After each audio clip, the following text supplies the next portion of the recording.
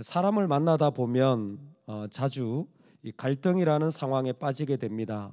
특별히 가까운 부부지간이나 또 이게 자녀와의 관계 속에서 오히려 이런 갈등이 더 쉽게 느껴지죠. 왜? 너무 잘 아니까 서로가. 그런데 그런 갈등의 상황에서 사실은 가장 영적인 지혜를 얻을 수가 있는데, 여러분, 갈등에서 화가 난다 그러면 깨달으셔야 됩니다. 아, 내가 믿음이 없구나. 할렐루야. 갈등의 상황에서 화가 난다, 짜증이 막 난다 그러면 우리는 빨리 깨달아야 돼요. 야, 내가 믿음이 없구나. 그 갈등이 갈등으로만 끝날 수 있기를 주의 이름으로 축원합니다. 아멘. 오늘 이 말씀은 실제적인 것 같아요. 여러분, 우리가 살아가면서 영적으로 내가 빈곤하다라는 것을 어떻게 알 수 있을까요? 내가 믿음이 없고 지금 영적으로 아무것도 없는 깡통 같다라는 것을 어떻게 알 수 있을까요? 나는 여전히 예배하고 있고, 나는 여전히 말씀을 듣고 있고, 나는 여전히 교회에 가고 있는데 내가 영적으로 빈곤하다라는 것을 어떻게 알 수 있을까요? 첫 번째 있습니다. 제일 첫 번째 특징이에요. 정말 하나님 살아계셔서 우리를 너무 사랑하시는 것 같아.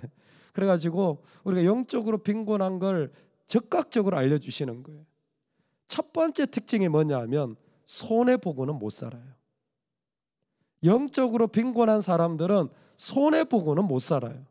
그게 사람한테 손해를 보든, 그게 돈의 손해를 보든, 그게 세상한테 손해를 보든 손해보고는 못 살아요.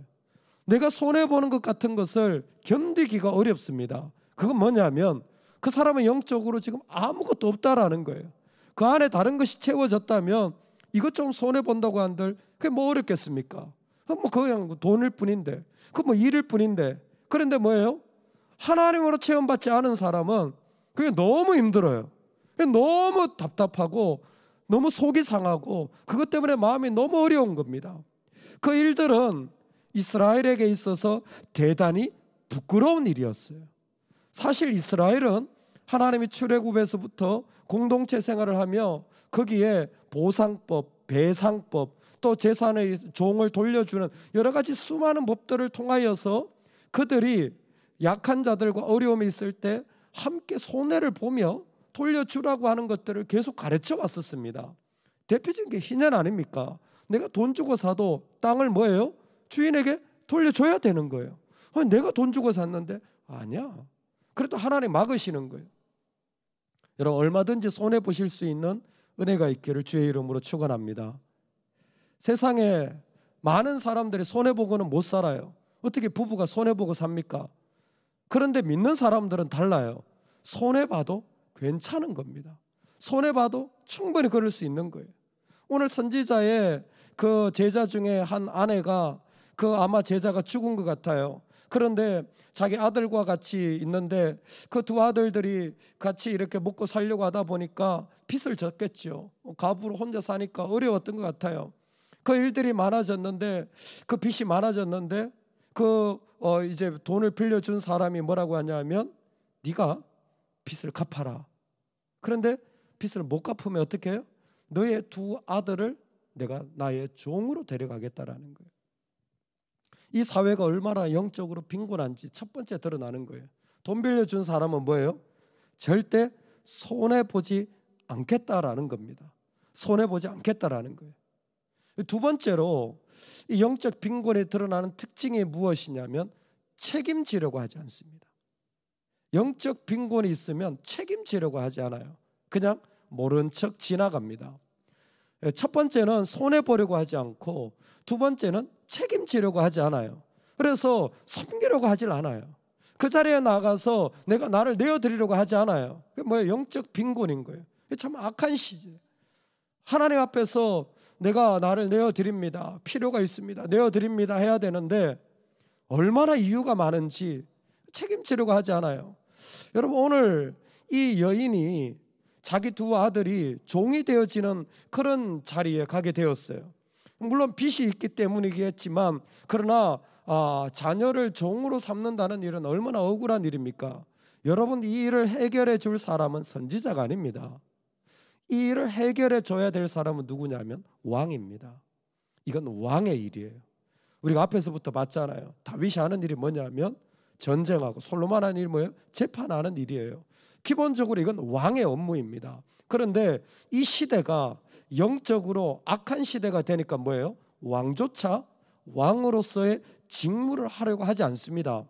적어도 이런 가난한 과부의 이야기를 내가 듣고 책임지려고 하지 않는 일들이 팽배해 있었던 거예요. 그러니까 어쩔 수 없이, 아니 선지자가 무슨 돈이 있습니까? 갚을 능력이 있겠습니까? 그런데 선지자한테 갈 수밖에 없는 그런 상황이 되어진 겁니다. 이야기는 뭐냐면, 우리가 영적으로 빈곤해지면, 내가 영적으로 깡통 같은 자리에 가면요, 내가 어떤 책임지는 자리가, 내가 어떤 섬기는 자리가 대단히 부담스럽고 인간적인 이유가 많이 들어요. 그때는 빨리 깨달으셔야 됩니다. 내가 정말 이것밖에 안 되는 믿음이구나, 내가 이 정도밖에 아니었구나. 그럼 회개하셔야 돼요. 그리고 그 자리에 들어가실 수 있기를 주의 이름으로 축원합니다. 그 자리에 나를 내어드릴 수 있기를 주의 이름으로 축원합니다. 정말 내가 너무 죄송하다고, 내가 믿음이 없어가지고 인간적인 생각만 했다고. 근데 정말 하나님 원하실 때에 내가 그 자리에 들어가서 내 나를 내어드렸어야 했는데 그러지 못했다고.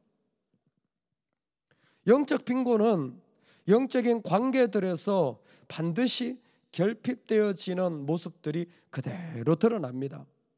이런 때에 엘리사는 오늘 그 자리에 걸어 들어가게 됩니다.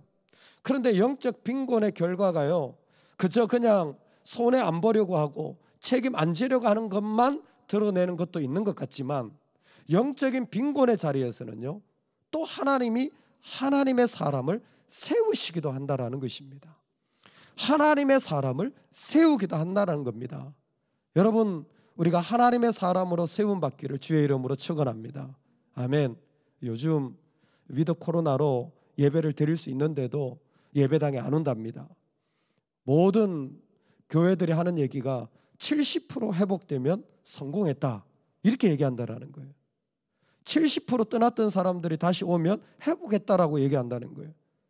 야, 그럼 30%는 뭡니까? 그동안 가짜 신앙이었습니까? 아니면 세상에 떠내려갔습니까? 100% 해야죠. 아니 120% 해야죠. 더 하나님의 사람들이 세워져야 할 때 아닙니까? 이 어렵고 힘든 때에 더 하나님의 사람들이 예배하고 일어나서 섬기고 일어나서 나눠주고 일어나서 어려운 때에 그 소망의 삶의 그 약속을 함께 나눠야 되지 않겠습니까? 여러분, 경제적으로 어렵다고 그러잖아요. 팬데믹으로 어렵다고 그러잖아요. 더 복음이 필요한 거 아닙니까? 할렐루야. 더 예수님이 있어야 소망이 있지, 무너진 자리를 무엇으로 회복할 겁니까? 정부가 해결해 줄 겁니까? 아니잖아요. 복음이 해결해 줄 겁니다. 영적으로 결핍된 시대는요, 분명합니다. 하나님의 사람이 세워질 타이밍입니다. 그때는 하나님의 사람이 부름받는 타이밍이에요. 그래서 오늘 이 엘리사가 이 집안의 그 가난한 일들을 해결해 줍니다. 해결해 준 결론이 뭐냐면 감사하다라는 게 아니라 7절에 가보면 엘리사를 하나님의 사람이라고 지칭하기 시작하는 거예요. 이건 엘리야에게 썼던 표현입니다. 그런데 드디어 이 사건을 통하여서 엘리사를 하나님의 사람이라고 부르는 거예요. 즉 하나님은 지금 가장 영적으로 결핍한 시대에 들어가셔서 뭐 하시냐면 하나님의 사람을 세우고 있는 겁니다. 그 일들을 통하여서 궁극적으로 진짜 이때에 필요한 자들을 하나님 부르시는 거예요. 여러분, 저와 여러분이 부름받기를 소망합니다. 나이가 한 80 됐으면, 80쯤 되셨으면 지금까지 하나님 주신 게 있잖아요. 지금 일어나기 너무 좋잖아요. 얼마나 많이 경험하고 얼마나 많이 누려보고 얼마나 많이 받았습니까? 나이가 60쯤 되셨습니까? 얼마나 좋습니까? 하나님이 부어주신 축복이 얼마나 많습니까? 그때에 나의 사람들아 어디 있니? 하나님 물으시잖아요. 이 엘리사의 그 기적적으로 도움을 받아 일어난 이 과부는 탈굼이라는 그 문서에 보면 이 여인이 누굴까 했을 때 앞에 있는 오바댜 선지자의 아내일 것이다 라고 추측하는 해석이 있습니다. 오바댜 선지자가 누구냐면 엘리야 시대에 100명의 선지자를 50명씩 굴에 숨겨주었던, 그래서 그 선지자들을 먹이느라고 빚이 진 거예요. 100명이나 먹이려고 했으니까 아합 시대 얼마나 어려웠겠어요. 그러니까 이 여인으로서 할 수 있는 일이 없었죠. 근데 그 남편조차 죽으니까 해결이 안 되는 거예요. 아마 그랬을 수도 있는 것 같습니다. 그런데 그거는 아닐 수도 있습니다. 그랬다면 여기에 오바다의 아내라고 했으면 딱 간단한데 남편의 이름이 표현되어 있지 않거든요. 근데 한 가지 분명한 건 있습니다. 남편이 선지자의 제자였다라는 거예요. 이건 분명합니다. 오늘 1절 말씀은 선지자의 제자들의 아내 중 한 여인이라고 했으니까 최소한 이 남편이 죽은 남편이 누구냐면 선지자의 제자였다라는 것입니다. 남편이 선지자의 제자였어요. 그런데 마치 이 이야기는 자, 너의 남편은 그래 하나님의 사람이었지. 그렇다면 너는 어떠니? 너는 어떠니? 그래 네 남편은 하나님의 사람인 거 알아. 그 남편이 죽었지. 그런데 너는 어떠니? 너는 부인으로서 여전히 하나님의 사람이냐? 한번 대답해 볼래? 그래 너의 부모가 하나님의 사람인 건 안다. 그런데 너는 어떠니? 네가 자녀로서 그런 믿음을 가지고 살아가고 있니? 너도 여전히 하나님의 사람이니? 그래 너의 교회가 그런 건 안다. 그거 말고 너는 어떠니? 너는 여전히 하나님의 사람이니? 저는 엘리야가 아닌데요. 제가 뭘 할 수 있겠습니까? 그럴 수도 있었지만 하나님은 엘리사에게도 물으십니다. 그래 너의 선생님이 하나님의 사람이었어. 그런데 너는 어떠니? 엘리사야 너도 하나님의 사람이니? 왜? 하나님의 사람에게는 하나님이 무엇이든지 요구하실 수 있습니다. 하나님의 사람이기 때문에 하나님의 사람에게는 하나님이 무엇이라도 요구할 수 있고 그리고 그것이 순종되어져요. 그래서 이 여인에게 하나님의 엘리사를 통해서 다가가시는 것 같습니다. 집에 기름 한 병밖에 없어요. 아무것도 없습니다. 그리고 지금까지 빚을 졌잖아요. 빚을 졌다는 거 빌렸잖아요. 빌려가지고 쌓인 게 내 두 아들을 종으로 지금 보내야 되는 끝까지 와서 부탁을 하는 거 아닙니까? 그런데 엘리사가 이 여인에게 부탁하는 게 뭔 줄 아세요? 또 나가서 더 빌려오라는 겁니다. 더 나가서 또 빌려오라는 거예요. 사람들이 다 알았을 거예요. 저 집은 지금 빚이 얼마나 쌓였는지. 두 아들들이 종으로 가게 됐다고. 그런데 그 빚 때문에 마음이 얼마나 힘들었겠어요. 내 아들들이 종으로 나갈 정도이니 지금 법원에 가가지고 내 아들들이 지금 뭐 이런 빨간 줄이 거이게 생겼는데 얼마나 마음이 힘들겠어요. 그런데 뭐예요? 거기다 대놓고 하나님이 더 빌리라는 거예요. 다른 건 몰라도 빌리는 것만큼 아주 기겁을 하고 싶은데 나는 아주 빚지는 거 너무 싫은데 뭐예요? 하나님 또 빚을 지라는 거예요. 여러분 하나님을 섬기기 위해서 빚져 보셨습니까? 내가 있는 거 드리는 거 말고 섬기기 위해 빚져 보셨습니까? 현대인들에게 이런 이야기는요 대단히 오그라드는 이야기입니다. 내가 주는 것도 쉽지 않은데 내가 빚을 져가면서까지 섬겨야 됩니까? 근데 이 여인은 빚졌어요. 섬기다가 빚졌어요. 그리고 또 빚을 지랍니다. 하나님의 사람에겐 하나님이 무엇이든지 요구하실 수 있습니다. 할렐루야. 그리고 그게 순종되어지는 거예요. 그릇을 빌려오는 거예요. 뭐 요즘이야 뭐 그릇이 뭐 온 집집마다 있으니까 별거 아니죠. 당시에는 뭐예요? 가장 값비싼 집안의 살림이 그릇 아니겠어요? 가장 값비싼 살림이 그릇 아니겠어요? 집집마다 변변찮은 그릇이 뭐 얼마나 있었겠어요? 그런데 그 그릇을 다 빌려오는 겁니다. 얼마나 마음에 부담감이 있겠어요? 빚 빌려오는 것, 부채 이것만 해도 아마 오금이 저렸을 텐데 그런데 기꺼이 하나님의 사람은 순종하는 거예요. 왜? 하나님의 사람이니까. 하나님의 사람이니까. 그리고는 그 아들들도 그것을 다 빌려오고는 집 문 안에 그걸 걸어 잠그고는 그게 붙습니다. 얼마나 이게 참 비상식적인 이야기입니까? 방 안에 들어가가지고 그 기름병을 부으라고 하니까 이런 무슨 말도 안 되는 이야기입니까? 그런데 여전히 이 모자는 순종합니다. 또 하나 7절에 보면 그 여인이 하나님의 사람에게, 엘리사죠, 나아가서 말하니 그가 이르되, 엘리사가 말하는 거예요. 너는 가서 기름을 팔아 빚을 갚고 남은 것으로 너와 내 두 아들이 생활하라 하였더라. 여러분, 엘리사의 이 마지막 명령이 순종되었을까요? 안 되었을까요? 100% 순종되었을 겁니다. 이건 순종되었을 것을 이미 포함하고 있는 마지막 명령이에요. 왜? 앞에 있는 두 가지가 순종된 것을 보고는 더 이상 말할 것도 없다라는 거예요. 물론 경제적으로 엄마 이거 빚 갚는데 참 좋겠다 그럴 수도 있지만, 어떤 말을 하더라도 이 가정에는 이 일들이 그 가운데 자연스럽게 지켜질 것이라는 것입니다. 우리가 살아가는 시대에 정말 쉽지 않은 일일 수 있습니다. 특별히 이 가정은 섬기기 위해서 가난해진 가정입니다. 섬기는 일들을 위하여 자신들의 경제적 궁핍까지, 아니 내 자녀의 어려움까지 겪어야 했던 그런 가정이었습니다. 그렇게까지 해야 되나? 라는 질문이 들 정도로 대단히 큰 어려움을 겪고 있습니다. 그런데 이 시대에 하나님이 한 가부를 통하여서 오늘날 우리에게 너의 영적인 상태는 어떠니? 라고 물어보시는 것 아닐까요?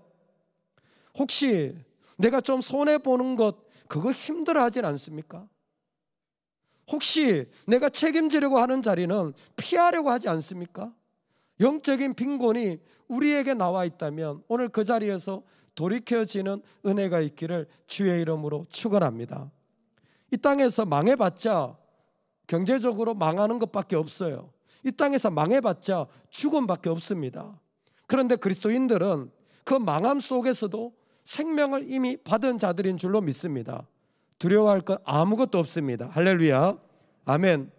그러나 동시에 이 영적인 빈곤의 자리는 어느 때보다 더욱 하나님의 사람으로 세워져야 할 자리인 줄로 믿습니다. 여러분이, 제가 이 시대에 더욱 하나님의 사람이 되기를 소망합니다. 당신은 하나님의 사람입니까? 나는 하나님의 사람인가? 그래서 하나님이 무엇이라도 요구하신다면 그렇게 해도 괜찮은 그런 하나님의 사람인가? 나한테 너무 어렵고 힘들었던 자리조차도 하나님이 요구하신다면 그 자리를 순종해 드릴 수 있는 그 사망의 골짜기라도 여전히 하나님의 사람이 되기를 소망합니다. 왜냐하면 그곳에도 주님이 나와 함께 하실 것이기 때문입니다. 그러므로 오늘 우리가 어떤 갈등을 겪는다면 여러분 기꺼이 손해보는 쪽을 택하세요. 당연하게 내가 책임지는 쪽을 걸어 들어가실 수 있기를 소망합니다. 뿐만 아니라 오히려 그곳에서 하나님, 제가 무엇을 더 이곳에서 순종해야 될까요? 무엇을 더 하나님께 드리면 좋겠습니까? 내가 빚을 내서라도 하나님을 기쁘게 드리고 싶습니다 라고 한다면 우리 영혼이 얼마나 즐겁겠습니까? 그 기쁨이 이 땅에 얼마나 큰 영광이 되겠습니까? 오늘 그러한 은혜가 우리 모두에게 있기를 간절히 축원합니다. 아멘, 아멘.